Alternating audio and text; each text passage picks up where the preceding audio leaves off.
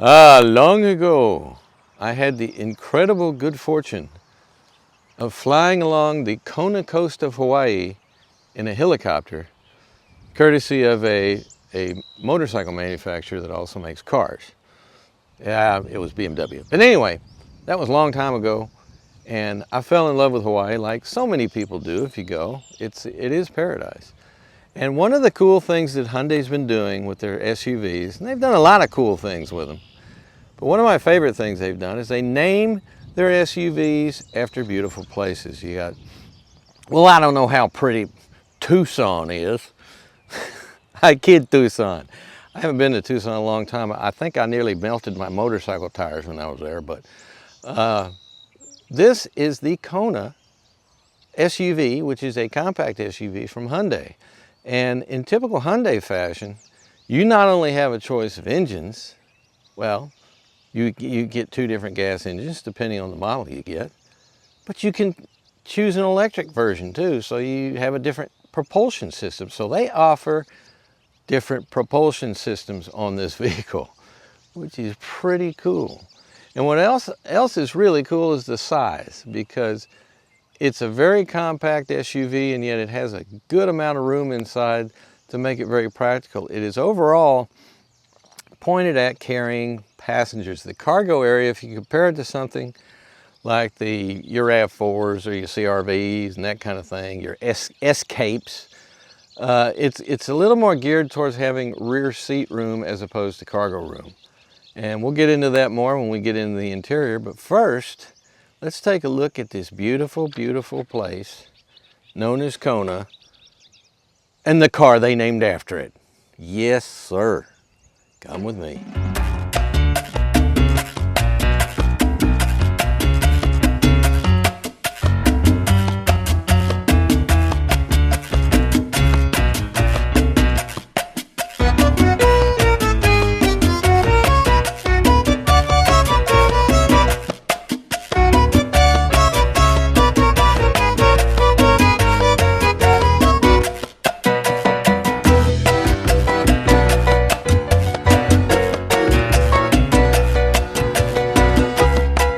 As science fiction robots go, Gort has always been one of my favorites.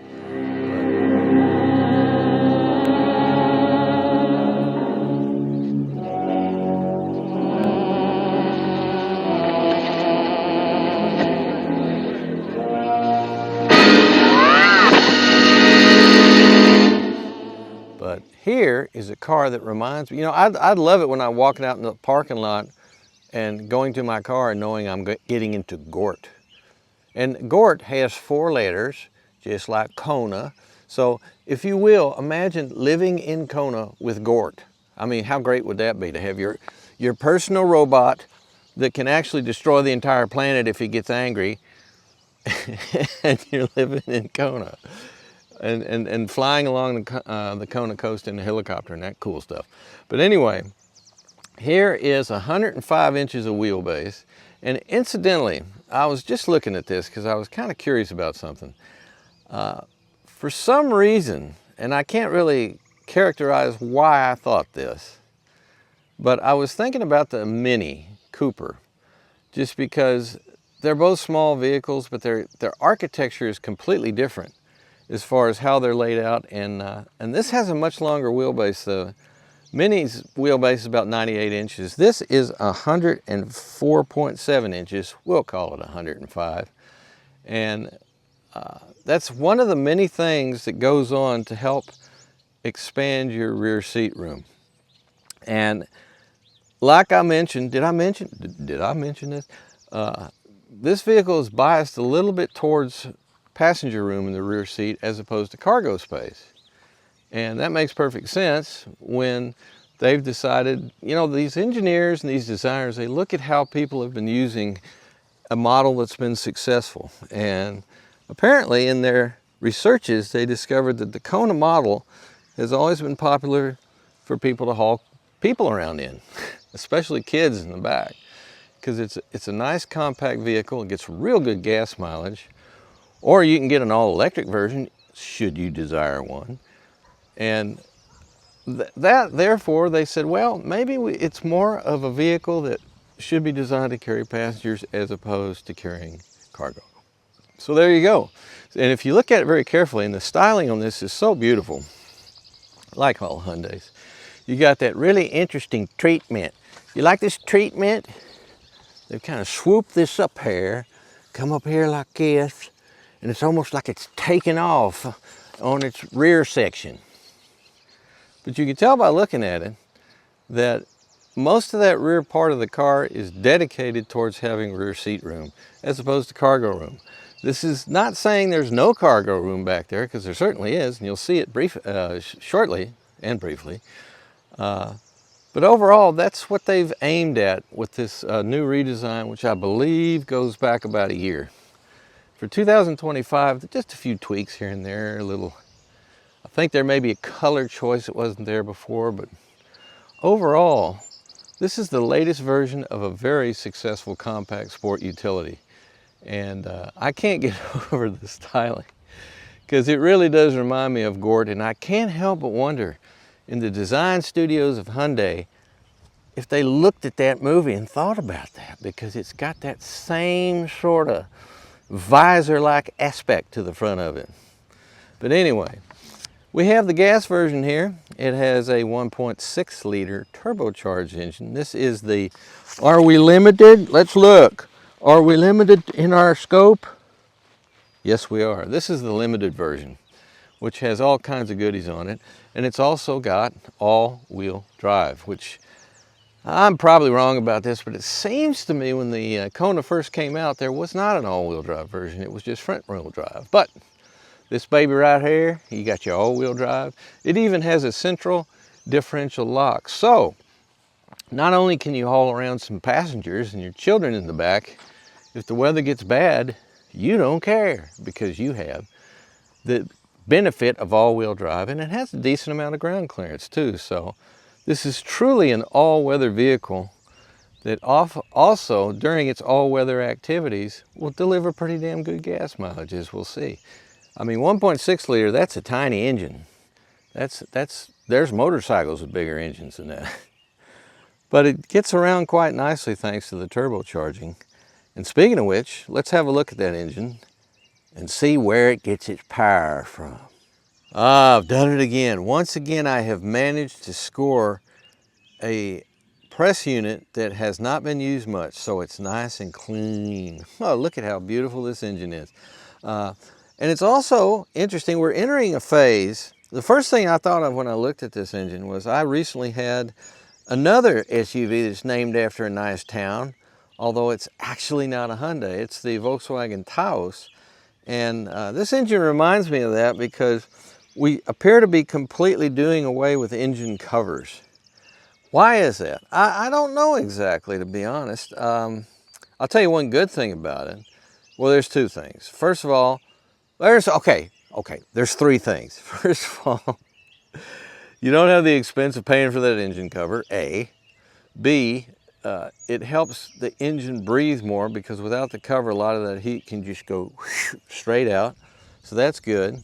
And another thing a lot of people don't talk about unless you think about the country living situation that many of us find ourselves in. Because if you're a country living person, it's not unusual for little varmints such as rodents to want to crawl under that engine cover and make a little nest.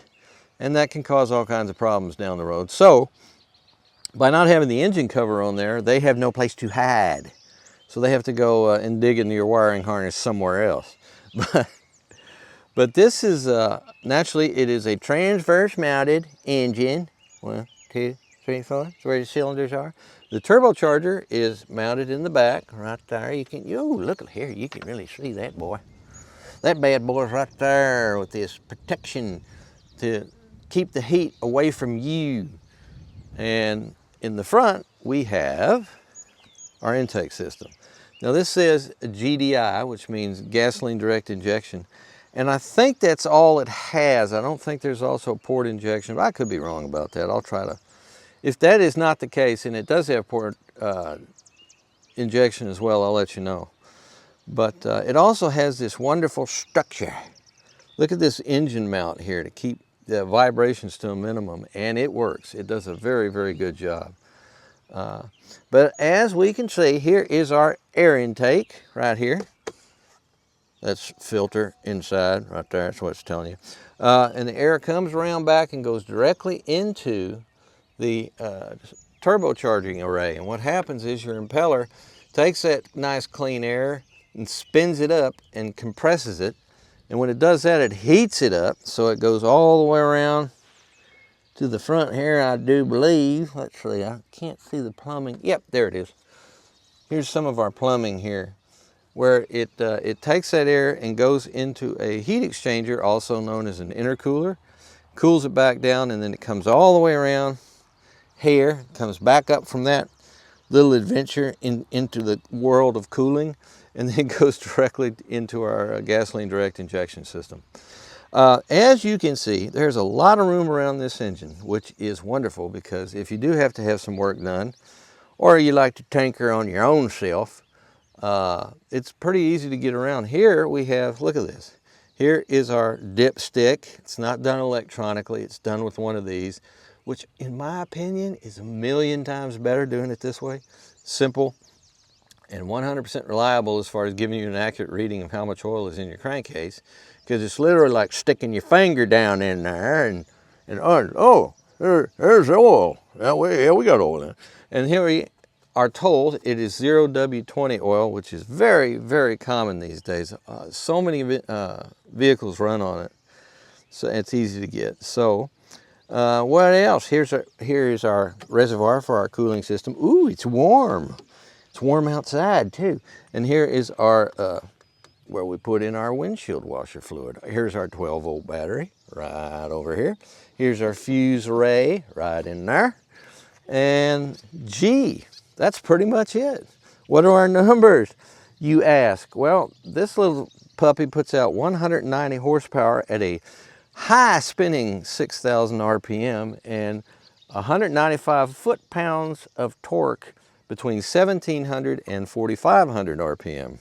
So the turbocharger on this is what I would describe as a little bit more old school, in that it does take a little bit of revving up for it to really get spinning and deliver that power. That said, it's not like it has no basement torque or anything like that. It just takes a little bit more spinning up to get to it, like the old days. And it can also have a pretty decent hit of power. But when you consider how small this engine is, it does a very admirable job at propelling you around. I mean, it works. There is an 8-speed automatic transmission and, of course, all-wheel drive, which is purely mechanical. So we have a drive shaft that comes from this part of the motor underneath there and goes all the way back to the rear differential. And it even, I mentioned this before, I think, but it also has a differential lock in between the front and the rear, which is great for an all-wheel drive vehicle, because if you do find yourself being, let us say, bogged or stuck in the snow or whatever, it can ensure that you have like a 50-50 torque split between the front and rear axles and help get you out. Very, very useful, very straightforward all-wheel drive system. And what else do we have? That's it. It's simple. It's elegant. It even looks good when it's brand new like this. And we're getting rid of the nice part about getting rid of the engine covers with a lot of them. And you'll see this on some manufacturers that have just tossed the engine cover, but they haven't done any dressing. And they haven't really like cleaned this area up. But look at this. This is much like the Taos Volkswagen, in that they've done a real nice job of just cleaning all this up, so it looks good, it looks elegant, and Bob's your uncle. So there we go. I got wheels that you can't see. Well, actually, you can see them right in front of you. Look at the wild design on this. It's kind of a state-of-the-art thing. Looks like a wheel cover. It's not a wheel cover. It's a aluminum alloy wheel. And what is our tire size? Our tire size is, I'm looking 235/45 R19. Wow. These are 19-inch wheels. They kind of look like it. They're big. I would have thought a 17 would have been the thing, but nope, this is a 19-inch wheel.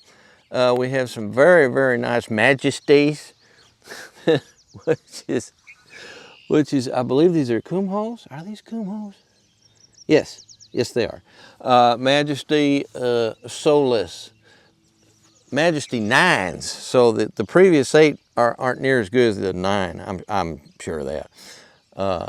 But you also have real substantial brakes that do the job just fine. This car weighs in at about 4,453 pounds. Now think about that. For this size vehicle, there's a lot of them out there that weigh about 1,000 pounds less than this. So what does that mean? Well, my first inference of it, it means this car is built pretty well because that's a lot of mass. That's a lot of safety. Can that possibly be right? But that's what it says. And of course, it being a limited, it's got all that really heavy upholstery, luxury upholstery and all them features that weigh so much. But I'm very surprised by that. I would have absolutely predicted maybe 3,600 pounds, but no, it's 4,400 pounds.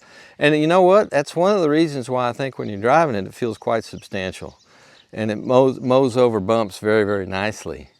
Whereas the previous vehicle I just tested, actually it was 2 vehicles ago that was a compact sport utility, was noisy. It had a very noisy suspension and it didn't ride near as nicely as this thing does. So think about that. And it doesn't seem to, as near as I can tell, it doesn't have a real heavy bad effect on our gas mileage, which is 24 city, 29 highway, 26 overall, which is pretty much average for this class of gasoline powered vehicles. Now we come around the back. Now check out, the rear styling on Konas has always been wild. They always do some unique and cool stuff with it, and this is no exception. The latest permutation, the latest generation of this vehicle has a very cool rear treatment that I like. But like the front, you got your Gort visor right there, right there. And you also have kind of it's an interesting look because you can tell how wide the track is too. This thing, it kind of has the wheel at every corner architecture or something like that. That's why I was talking about a Mini earlier. It has some of that, but it also has a really nice wide track, so it feels very stable during corner. It's not a small vehicle, or I'm trying to find it, there it is. From an architectural standpoint, it's tall, so it doesn't feel like a sedan because you can feel that weight up higher, but overall, it's a real nice handler too. The ride quality is good and the handling is good. Now, we have a lot of plastic in our cargo area, and like I said before, I think the cargo area is really biased towards taking the seat allotment and making it larger so the cargo area is a little bit smaller. That said, it's very versatile. You have your 60/40, yep, 60/40, and what do we have underneath here? A temporary spare tire, and it's a good looking one. It has to be 19 inches, you know, because it's all-wheel drive, and it is, I believe. 45. T145. God, these are complex, these temporary spares. But anyway, this vehicle has one, which is nice. The plastic seems kind of cheapy, but it'll last. I mean, what do you want? What do you want? It's an economy car. For all, when you look at the big roll of Hyundai, you have your Hyundais, and you have your Kia, which is the sporty version of Hyundai, but very autonomous in and of itself. And then you have the luxury version, which is Genesis. And all of these divisions have their own autonomy about how they go about doing things. And if you really want to save money, Hyundai is the place you go to find the most, in my opinion, the most for your money. What's our space like? 25.5 cubic feet, as you see it right like this. And then when you fold those rear seats down, you get 63.7 cubic feet of space, which is not bad. I mean, that's roomy. It's just not quite as roomy as some of the other guys. And it's nice on the limited version that you do have this power lift gate. If you suffer from bursitis and that kind of, if you have your bursitis situation, you just push a button instead of lift the gate up. So that's nice for people with bursitis. So there we are. And this is, like I said, this latest styling version of this car is so striking and so interesting. And the paintwork is beautiful. Overall, the workmanship on the car seems to be very, very good.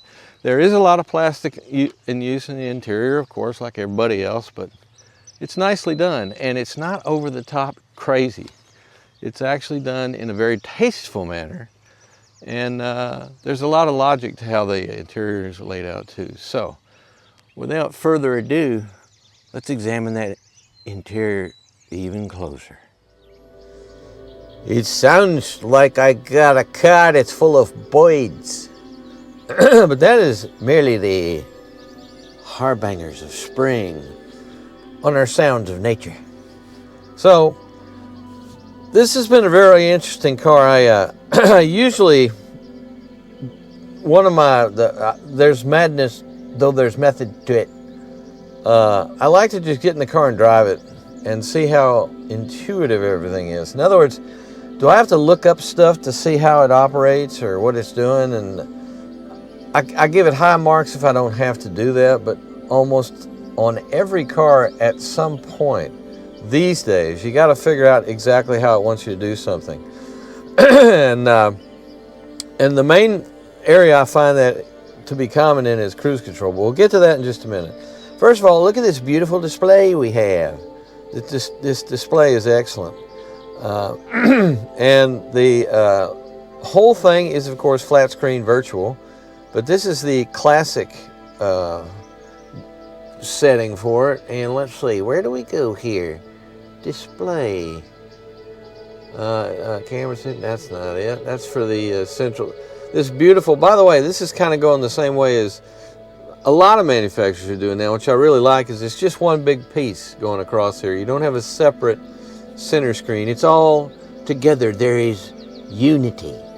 But let's go back here and go back to, let's see, button, sound, device, connect, vehicle. How about digital keys, driver assistance, convenience? Well, where in the world? Digital keys, I know I got to it earlier. Cluster, God, it couldn't be more obvious. But we have theme selections for our instrument cluster, and I have it on the classic. We can go to modern, boop, and that's considered modern. You have your digital speedometer on the left and your digital tachometer on the right in a circular array. And in all cases, you have this central trip computer.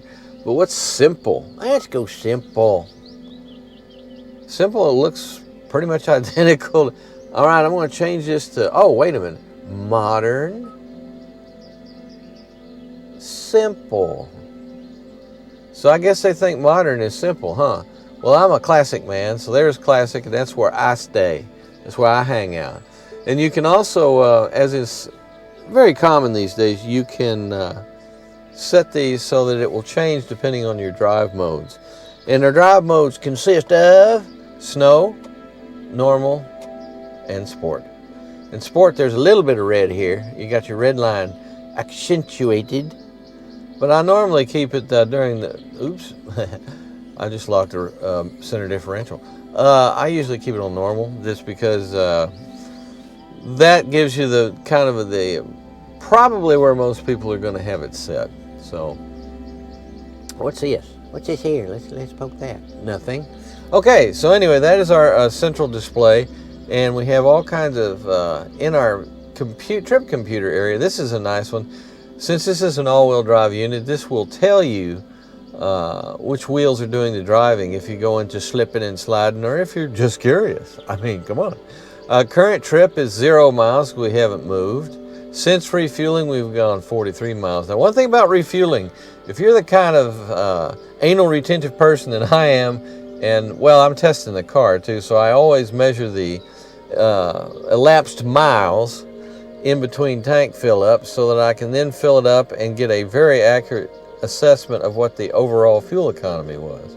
Now, if you like to do that, you got to be careful if you're using the Sense Refueling and you haven't reset it also at Sense Last Reset, which I did. I did reset it. But if you just do the fueling side, the moment that you put gas in this thing and then get back in the car and turn it on, that has been zeroed like that. So you need to record what your trip distance actually was before you fill the thing up, or you're not going to know if you're into that, and I am. Here's our tire pressure, which will only be displayed during motion.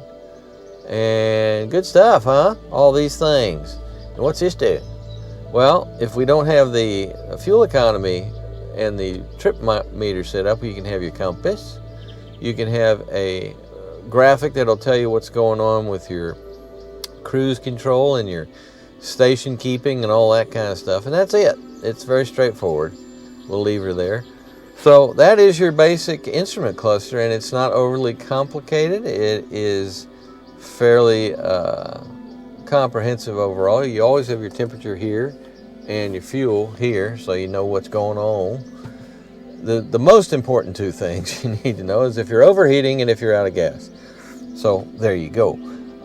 What else do we have in the control array? Well, over to the left here we have a hill descent control, which is nice. Since this is an SUV, they like to do that. You turn off your traction control, and this is, of course, to operate your the level of intensity to your illumination on your dashboard.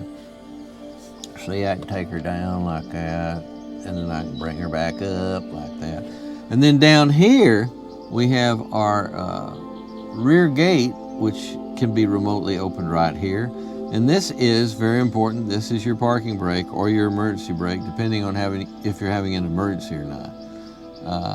So no pedal or anything like that, as is so common these days. It's electric in origin, electric controlled as far as your parking brake is concerned. And when you put the thing in gear, you will automatically fly over your rear braking system, and it will disconnect so that you can roll away, if that's what you're into. Now, let's talk about this cruise control for just a second. Here's our cruise control actuator. Oh, before I do that, there is one thing I want to show you. I'm going to put this thing in gear, and I'm going to turn on a turn signal. And when that happens, on the left side or right side, here's the side of the car, so that it's checking your blind spot. And look, there's a dog out there. Then we'll make him disappear, and we'll go over on the right side. The right side seems to be clear, except for this person in the Toyota SUV that is overtaking us. So we don't want to pull out and hit him. We also have the blind spot warnings in the mirrors, which is good. So you got a lot of things here to help prevent you from running into somebody in your blind spot. Excellent, excellent. Okay, cruise control. Now we have an initial operating system, which is basically an adaptive cruise control system, and that will tell you, keep you the distance you set from the vehicle in front of you while the cruise control is in operation. Press this button here, and you have it's not green. It'll turn green when it can see the road sufficiently to also control your steering. It's also known as lane tracing. A lot of people call it that. This also has something very interesting. It has what they're calling, well, here they call it Hyundai Driving Assist. I believe that's what they call it on the Monroney. But, yeah, Highway Driving Assist. But in the owner's manual, they call it Navigation-Based Driving Assistance. And what that does is if you're on a controlled access road like a multi-lane highway, it will also use the navigation system of the car to help steer you. And it seems to work reasonably well, but that's, there's limitations to that. And that's why if you're in a country road situation and it's not a controlled access highway that doesn't have driveways and things like that going into it, it won't operate. It'll just be your regular cruise control, or if you hold this all the way down, by the way, it becomes speed limit based. And that way it won't go over the posted speed limit, which the car is able to get through the navigation system. Got all that? Okay, it's not really as complicated as you might think. It's cool. It's cool. Oh, let me put this back in the park, by the way. There we are. Smart cruise control has now been deactivated because I put the car in park. So you have a very interesting cruise control system. It can do a lot of different things depending on where you are and what you're doing. It also does a good job at the stop-start situation where you pull up to a light. If you've had the cruise control on, it slows down because provided it can see the light far enough ahead, it's fairly straight. It'll slow the car down gradually. It'll sit behind the car in front of you, and then when the car in front of you leaves, actually it doesn't automatically do that, I don't think. I don't remember on this car, but if I remember right correctly on this car, you have to either touch the gas or touch the resume button, which is right here. You just press this down. This is where both your cancel and your resume is, and that's pretty much it. A very comprehensive cruise control system. You ought to be able to find something in there to suit you, no matter how you're driving or what you're doing. And it's pretty easy to get used to. It's not completely intuitive, obviously. I had to look up a few things on there later to find out why it was doing what it was doing. And you'll be able to tell from my driving segment that I don't always know exactly why it's doing what it's doing. Now I know, because I read the owner's manual, as should you. So let's go back here to map, and it is a beautiful display, 3D, very comprehensively wonderful. Because it's very easy to read, and it's also very easy to program your destination in there. And like I said before, it just flows into it. You got your nice widescreen setup here. And it's also sufficiently low so it doesn't interfere in any way or shape with looking out of the car. It's the right size. Hyundai is one of the companies these days that's putting the right size in, where some other companies are putting in screens that, in my opinion, are way too large and distracting. Read the article in Wired magazine about how much people hate having to do so much with a touchscreen. Ooh, my dog is stalking something. He's in stalking mode. Want to see?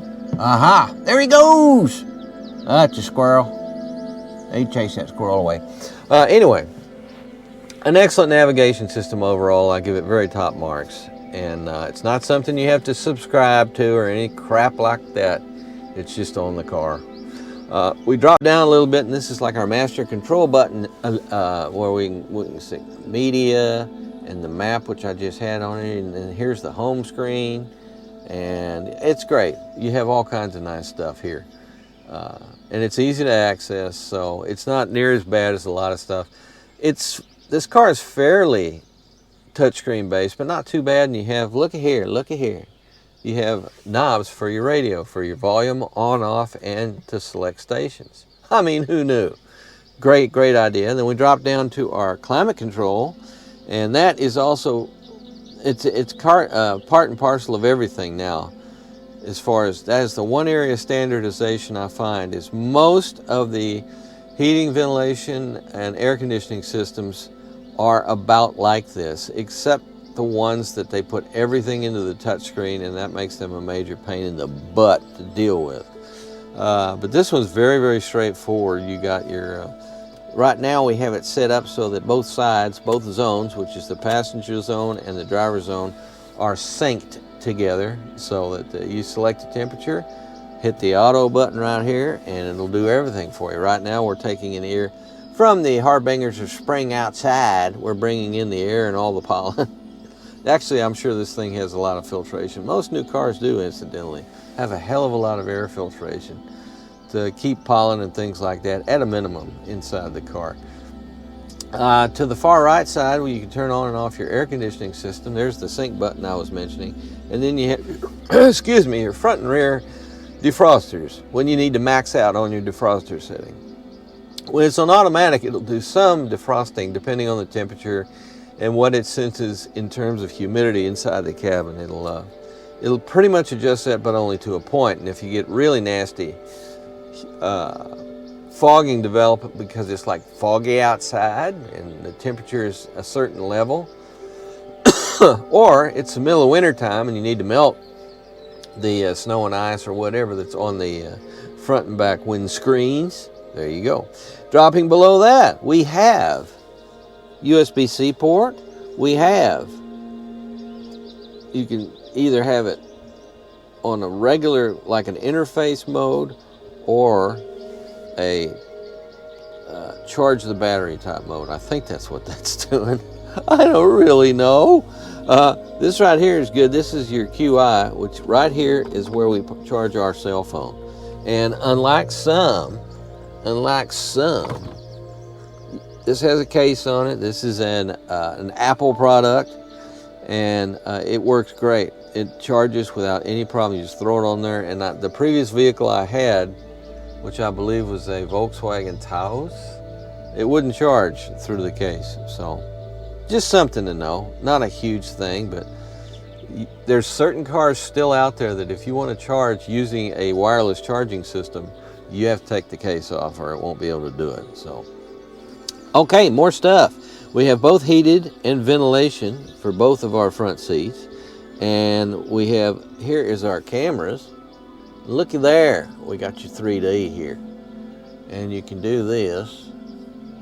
And then you can do this if you want. Look at that. Woo-ha! Crazy, man, crazy. You can see all around. Where's the dog? Where's the dog at? Is the dog out there? I don't see the dog. Is the dog there? Let's see on our side. Here's our front. He ain't out front. God, look at all the flies. Boy, it's spring, all right. And here's out the back. And I just did this one here. I think my dog is, I think this thing is my dog. Let me see, let me look on the rear view. I don't know if that's him or not. You never know what he's doing. And he is, as is his wont, he sometimes will disguise himself. So anyway, it's nice to be able to access that camera when you want to by just a push of a button. Now here is our drive mode selector, which I showed you earlier, which was normal, sport, and snow. And right in the middle, if you press this button here, it will lock, right there, it will lock the center differential so both the front and rear wheels will be getting traction and torque. Otherwise, the all-wheel drive system tends to operate only when there's slippage detected in the front wheels, because this is, after all, primarily a front-wheel drive vehicle.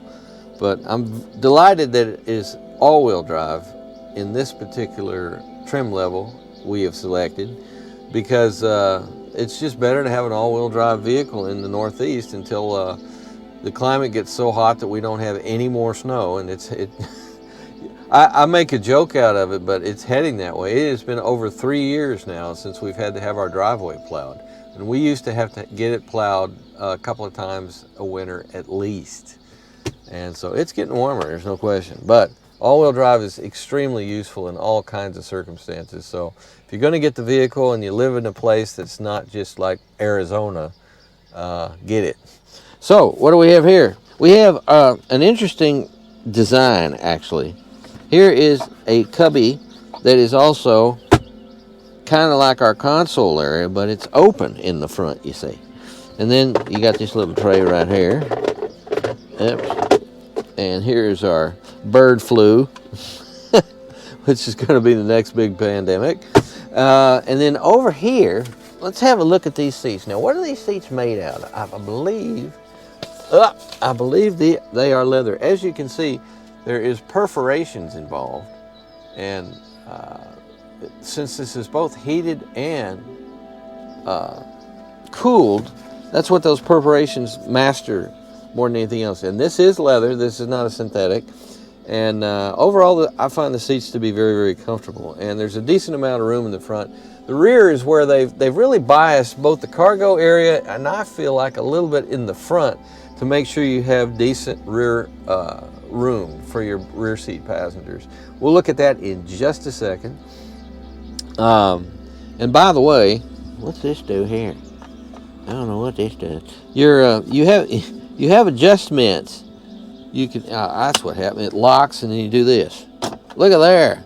Look at how fast that was. These are like custom cup holders. If you need to have a really big thing, like a double big gulp type arrangement with your drink. But if you don't, and you have one of these, you just do this. Oh, look at that. You think I did something with that in the editing process to make it so fast? I did not. It's actually that fast. You have some decent side bolsters here. And overall, these are very comfortable seats, and I find them to be adequately supportable for your sides when you do your spirited cornering, if you do your spirited cornering. Okay, what else? We have a very nice conventional moonroof that opens. You open it up just like that, and it's actually pretty good size. And look at this interesting deflector. It is a transparent deflector, which is fascinating. And then you do that to close the actual window part, and there comes yee-haw, the shade, if you will. And if you want to open the shade, you just do that and then stop it, bunk, right there, and that's where we had it. So very easy to operate, very straightforward, very Hyundai-esque. Hyundai-esque. Did I say Honda? And that's like when you crash a Hyundai into a Honda and you get a Honda. All right, now then, a very generously sized, for a compact again. Quiet, sir. A very generously sized rear door. Excuse me a minute. I have to toss this stick. There we are. So access to the rear seat is pretty straightforward and easy. I have the front seat back pretty far, and yet there is still a decent amount of leg room. It is pretty decent, and the headroom is even better. So, as I stated before, they were really thinking a lot on the design of this vehicle about the room for rear seat passengers that is actually realistic for adults. How about our windows? 100%. I love it. I love it when they go down 100%, and they're fast too. You have a centralized dome light. You don't really have map lights, which is kind of surprising, but that's what they decided to do, so God bless them. We have a moderately sized drive shaft tunnel, but this is not that bad, so you can get 3 people across here, absolutely. And the person in the middle doesn't have to straddle over a huge drive shaft tunnel. You also have 2, as there should be, you have 2 USB-C ports. No magazine section here. I can't put my magazine here, I have to put it over here. And this is really tight, so only the smallest, like a mini iPad or something will fit in there. So you don't have the world's largest, most expansive area. I'm gonna move this out of the way here. For your periodicals or for your portable electronic devices in that particular area, but you know, you can deal with that. That's not a big problem. Now we have our armrest. It is at a jaunty angle and is very comfortable overall. So this is a nice rear seat area, and it does have decent room. It's not like incredibly limo-like or anything like that in terms of space, but for the compact dimensions you have on the exterior, this is a very roomy back seat, especially if you have young'uns. They'll fit back here, I think, very nicely. And there's no way to slide the seat back, and there's really no way, I'm gonna check this right here. You can actually pop it back and recline it slightly, and it's much better when you do that as far as the actual, otherwise it's a little bit on the upright side, but you can pop it into that second setting right there, and boom, you got a little bit of recline and more comfort. So overall, this is a very comfortable interior. It seems to be very well executed in terms of our build quality. Where was this made? Does it say here? Does it say where you were made? Final assembly point, Ulsan, Korea. So this is a Korean Hyundai, not an American-made Hyundai, but it's very, very well put together, this thing. All the materials used, it's a lot of plastic, but it's high quality plastic, no question about it. And just the overall build quality seems great. In my tenure with the vehicle, I've detected no nasty rattles or anything like that. Of course, it doesn't have that many miles on it yet, but it seems to be a very, very well assembled vehicle inside and out. And as you'll see from the chassis, when we take a look at the rear suspension, it is also very, very well assembled and also pretty substantial, so that it looks like it will last. And that's extremely important when you're investing what we have to invest for a new car these days. Agreed? Agreed. Let's move on. Well, I tell you, I'm not real sure how to get out of here, but I trust that I will figure this out in time. I know if you go next to the arena here, and then you head out, which I believe is to the east, and you make a turn, and Wait a minute, there's water. There's water up. I don't want to drive through no water and get this car all dirty. No, I can't do that. So I'll just head back this way. I'm sure down here this path of a primrose nature will escort me to an exit that'll get me up on the highway so I can commence with my highway testing. But I don't really... Oh, there's nothing over there but a damn fence. And I'll go over... Oh dear, no, there's another fence over there. Well, I have to cipher this for a minute. I can go over there. Well, you know, I could always kind of sneak by the water rather than drive completely through it. That makes sense, actually. If I stick to the high side, I may just find my way out to freedom and the highway and further testing of our lovely Hyundai Kona all-wheel drive Limited. And if I just sneak by here, oh hell yeah. Woo, doggy.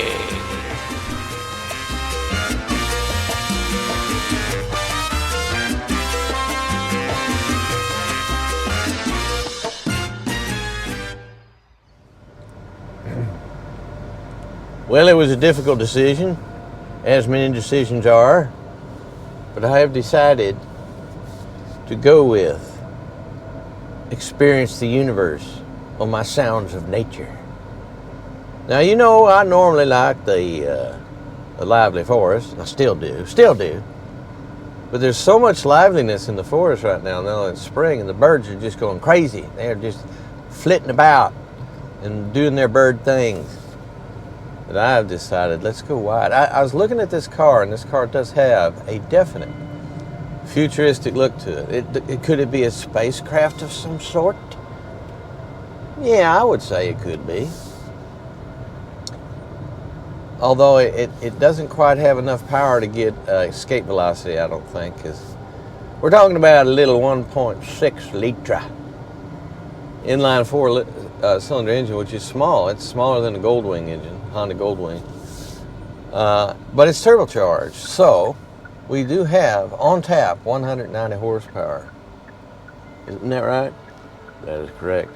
And all the way up at 6,000 RPM. That's a spinner right there. And we're about to, as soon as we get the opportunity, this is the bad thing about weekends in the summertime. You can't get anywhere without traffic everywhere. And I mean traffic everywhere. You just have to live with it, because that is the way of things.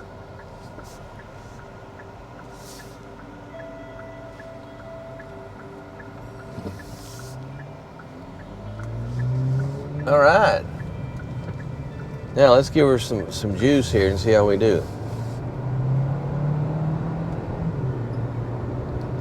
It is no rocket, but it is adequate. And the return of this small displacement engine with turbocharging is, of course, very good gas mileage, very good fuel economy, which we will enjoy, I'm sure, throughout our tenure with this vehicle. Now then, we will activate our cruise control, which is, let's see if it's like typical Hyundai cruise control, which is to say very good. They've always, the Hyundai Kia Genesis family has always done their adaptive cruise control pretty damn good, in my opinion. And right now, see, it sees the vehicle in front of us far enough away that it gradually slows down instead of zooming up on it and slamming on the brakes. As crazy as it sounds, there's still a fair number of vehicles that do that.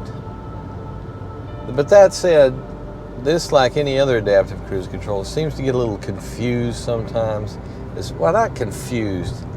What is the proper term to use? It seems like it's looking off to the side.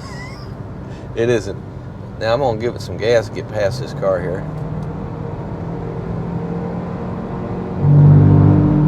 There we go. Now it should return back to my preset speed. Like I was saying, it seems like it's almost looking out to the side sometimes when it should be looking straight ahead. The whole point of adaptive cruise control is its ability to see all around you so that it can, and there's so much stuff that's still under development in my opinion as far as automated driving is concerned, and one of them is it still has a long way to go in order to be able to see enough. Now what I can do here is I can now have it steer. Oh yeah, there we go. And it's not locked on yet. Shouldn't take it too long. It's looking. There, boom, we are locked on now. The car is now semi-autonomous in that the speed, the following distance, the braking, and the steering are all taken over by the computers. Now, what else is left? Well, I don't know. It doesn't pick your radio station for you. That's good. I'm glad of that. It doesn't set your climate control to what it thinks you should have. Although there is an automatic setting, but of course you predetermine the velocity of which you want your climate control. But all in all, it's still a very good system as long as you're on the right kind of road to use it. In this case, we are on a 4-lane or 3-lane, strangely enough at the moment, divided highway that, well, I guess this isn't divided, is it? There's just a stripe. It's striped. There's a stripe to divide the highway from the going and coming side from your perspective. And it does okay. It's reading all these things. It's looking at the stripes everywhere, and then it's steering the car accordingly to try to keep it right down the middle of the lane. And in this particular case, the paintwork is starting to get kind of thin, and the pavement itself is in need of replacement or repaving. And I think they'll be doing that pretty soon, because now we're going to go from the old to the new. Just like 5, 4, 3, 2, 1. There we go. Much nicer. Now this is one of those difficult situations where you cannot rely on the adaptive cruise control to see far enough around the corner to stop the car, because it just can't. The actual stopping point is in a curve. And what does that mean? That means that it can't look around a curve the way your eyes can. Not yet anyway. I'm sure they're working hard on that right now to try to develop a system that does that better. But that's what you have to live with at the moment. And I'm going to turn that off there. And I've now returned to manual control. Steering feel on this is fairly light. This is, of course, an all-wheel drive vehicle, and it has a center differential lock, which is great, and it has a number of drive settings. And right now we're in, what are we in now? It has a snow mode, a normal mode, a sport mode, and that's it. So we're in normal. That's where we are. Some would take issue with that know me. Say that under no circumstances should I be considered normal. I understand. I understand that. I understand why you might feel that way. But another interesting thing right now is the wind is starting to pick up, so we're getting a little bit of crosswind component. And this is a short wheelbase, fairly tall SUV. It's a compact. It's, I would call, almost a subcompact SUV. It's a little guy.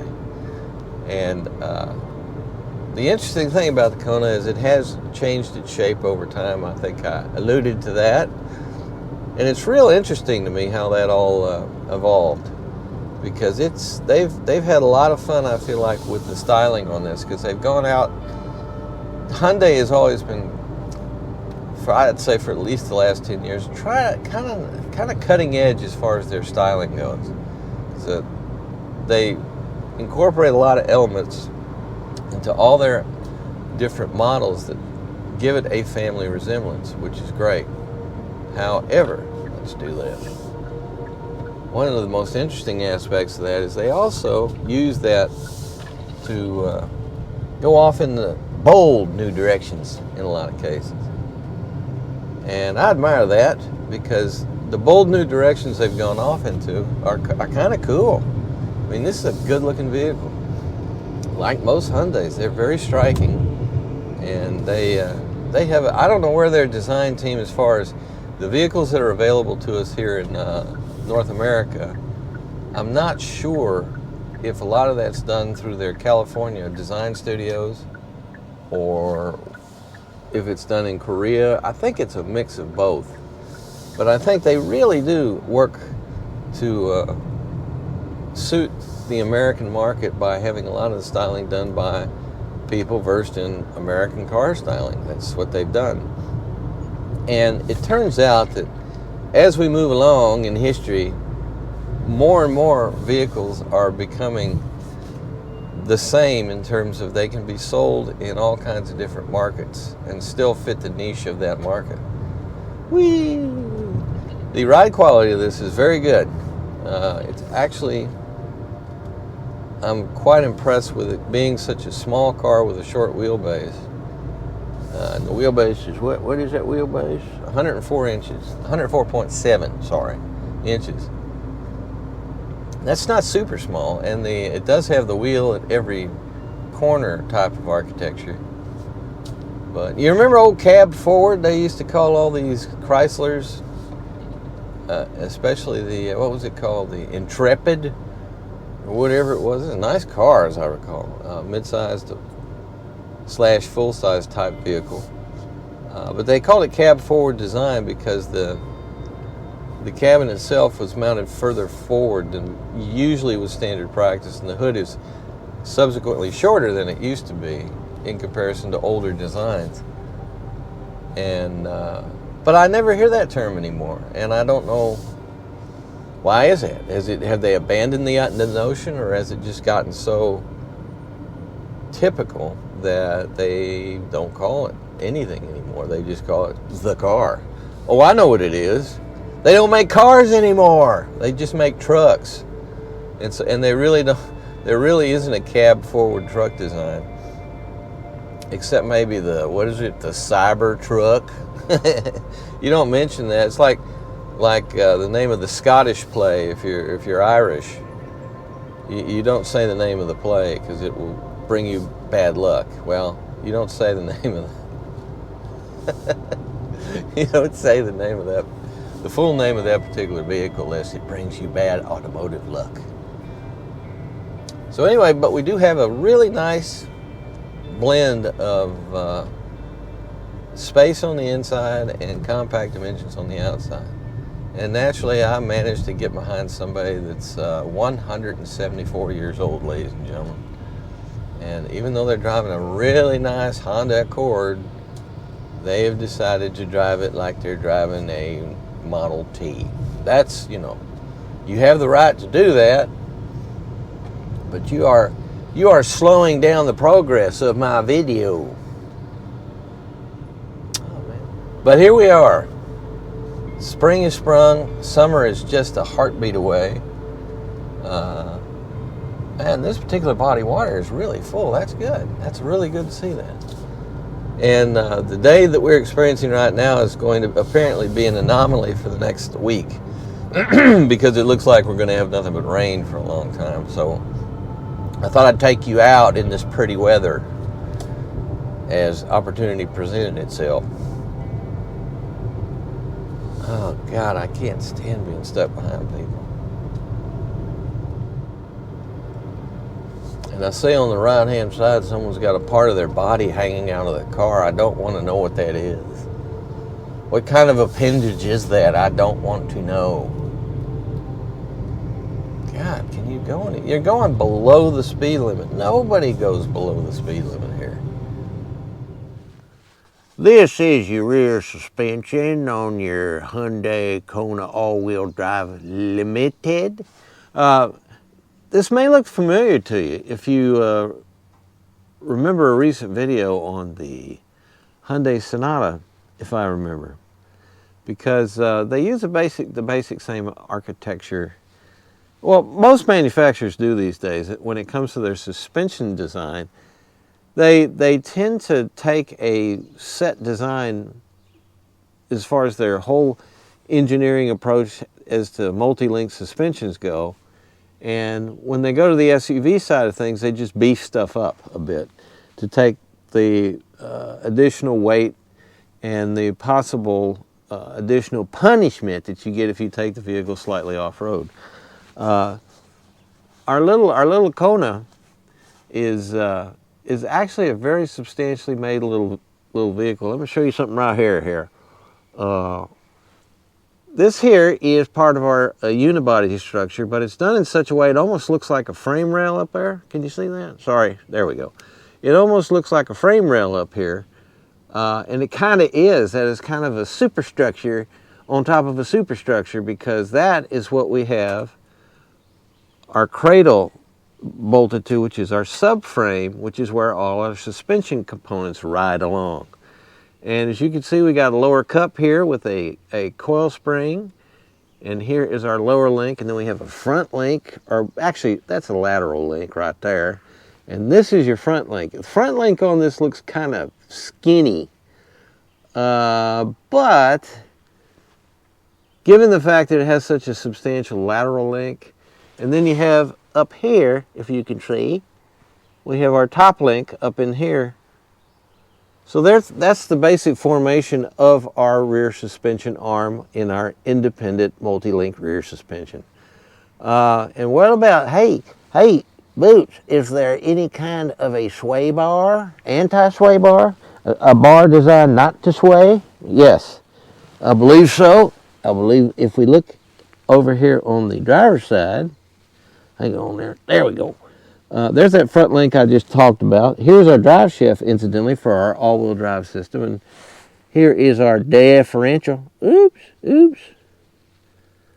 There we go. There is our nice aluminum differential. And this, incidentally, is clearly a operating actuating unit that turns on and off your rear-wheel drive system as far as engaging it or disengaging it depending on the conditions of the road, and whether or not you can just rely on the front drivetrain and thus save fuel. As you can see, here's our little old drive shaft. There it is.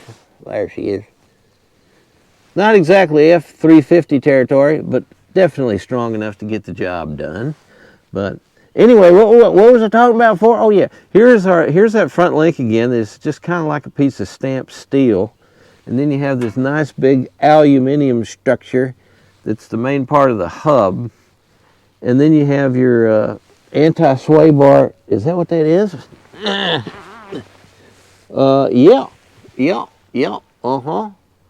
That's exactly what it is. This is your anti-sway bar. It attaches just next to the coil spring here on this link, and then goes over to the other side where it attaches in a similar fashion. So that keeps your cornering a little bit more composed, and all in all, it looks like it could take some punishment, this thing. And the ground clearance is good for a small compact SUV. You have a fair amount of ground clearance to keep you out of trouble, especially in things like snow. I think this thing would probably do very well in most snowfalls less than a foot. I think it'd probably motor you along very nicely. Here we have a bit of protection on the front here, and look at there. There's a gap right there. What is that? That may be where we access our oil change apparatus. I don't know. There's a couple of ports there where you can get underneath the engine, and I would imagine that's probably what it was. It will facilitate your oil changes. And you have this lightweight stuff, which you see on all vehicles these days. It's getting really common.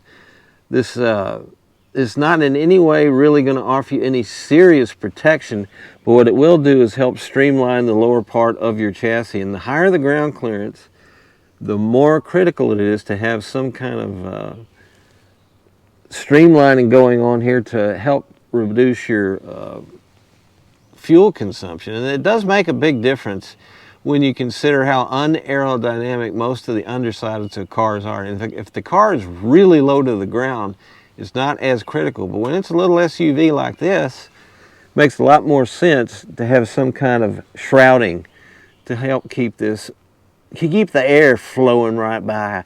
Look at the simplicity of this exhaust system. You got this little bitty, cute little muffler here, and then that looks like a secondary category. I can't I don't think that's the catalytic converter, because usually the catalytic converter these days is very, very close to the exhaust manifold. And of course on this car, you have a turbocharger that bolts directly to your exhaust manifold.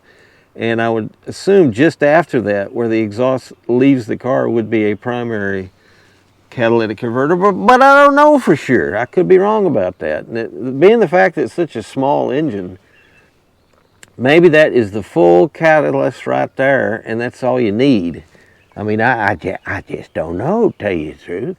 But here we have a bunch of electronic control unit stuff, this is metal right here to protect that.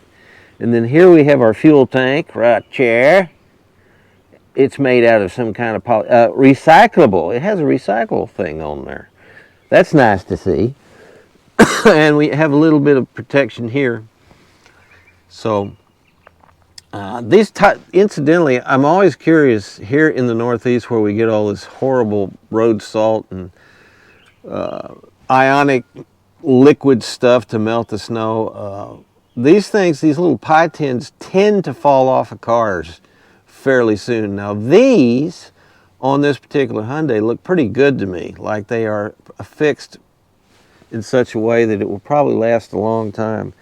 But on all my vehicles, the newest vehicle we have is, how old is it now? 6 years old. And it actually doesn't have as much of this stuff on it for some reason. But our older vehicles, which are both trucks, almost all those little pie pan things have fallen off due to rust.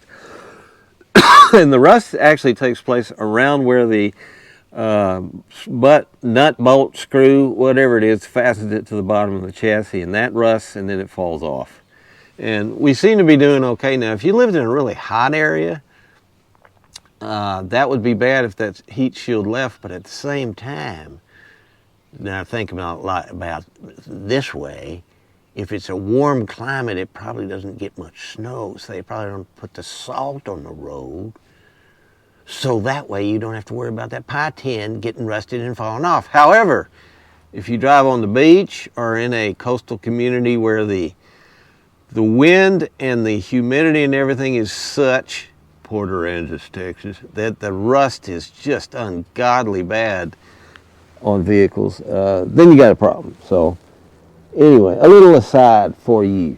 But now that you've seen all this, you can see it's nicely made, and it's one of the reasons why the car rides and handles very, very competently, because it has a very, very slick rear suspension setup. The front is more like your basic upper and lower control arm situation. Excuse me, or does it have McPherson struts? I don't remember. Like I said, and I apologize for this, front suspensions bore me. Rear suspensions interest me.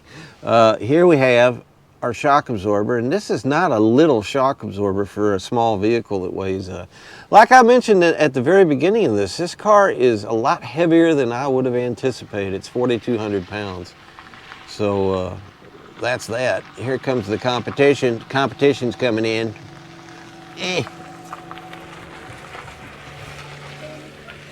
I hear music coming out of the competition. So anyway, this is what we have in our excellent little Kona chassis. And if you had the electric version of this car, I think it would be very similar, but it would probably be, all this area here would be taken up by your battery, and so you'd have a nice flat, hopefully I'll get a electric Kona one of these days, and we'll compare the two and contrast. But on the gas version, you have a very nice undercarriage and decent ground clearance for your activities. Well, our mistake's great. Gee, I actually said this thing weighed 4,400 pounds when it weighs 3,500 pounds. And anyway, our 2025 Hyundai Kona Limited all-wheel drive has a base price of $33,400 and something dollars, and with destination charges and floor mats, it came to $35,005. Overall, I got about 28 miles per gallon, which is a very nice sum for a very economical car. And one of the reasons I like this car so much is the fact that it's very simple. I think it's very easy to maintain overall. It should be, and it's got a lot of room for a very small package. It also has all-wheel drive, which is very important if you live in parts of the country that require snow removal. You may have to just deal with that, and this will get you to work and get your kids to school and do everything else. It's also, I think, for the price, it's a real bargain because it was very nicely equipped and drove very nicely. And what do you want, man? It's a real nice package altogether and a fitting competitor in the compact SUV class, which is a tough one. So you guys take care out there. Thanks for watching, and I will see you again very soon next time. Whatever the tube tells you, you dress like the tube, you eat like the tube, you raise your children like the tube, you even think like the tube. This is mass madness, you maniacs. In God's name, you people are the real thing. We are the illusion.